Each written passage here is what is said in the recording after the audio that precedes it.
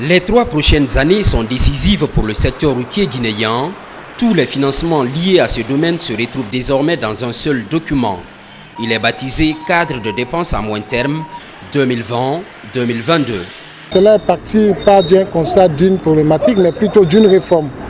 Aujourd'hui, il est question de ne plus mettre en place des budgets de moyens, mais plutôt des budgets programmes, parce que c'est à l'intérieur de ces programmes qu'on peut assurer le développement des populations. L'impact, c'est de permettre de mettre en cohérence l'ensemble des actions publiques exécutées au sein de ce ministère et de mieux suivre sa programmation. Le cadre de dépenses à moyen terme est aligné au plan national de développement économique et social et le plan national d'investissement.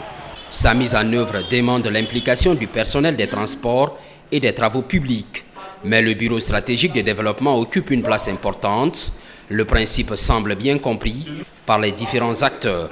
Le CDMT est un outil aussi qui nous permet de gérer mieux nos ressources pour avoir des résultats.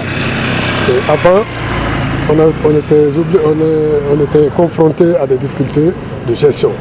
Mais maintenant, c'est la gestion axée sur le résultat, c'est l'aboutissement du CDMT. Cette appropriation du CDMT, considérée comme un outil d'exécution des finances publiques, va faciliter la gestion, le développement et l'entretien du réseau routier. Une trilogie dont la finalité est l'amélioration de la gouvernance du secteur routier et la mobilité des personnes par voie terrestre. Aujourd'hui, ça permet de faire une meilleure programmation. Si on prend le cas de l'entretien routier, on sait exactement qu'est-ce qu'on doit entretenir, quelle route on doit entretenir cette année, l'année prochaine et l'année à venir. Donc c'est un document de programmation qui permet de mieux suivre les activités et de mieux les exécuter. Et également de mieux définir les responsabilités en cas de non-exécution.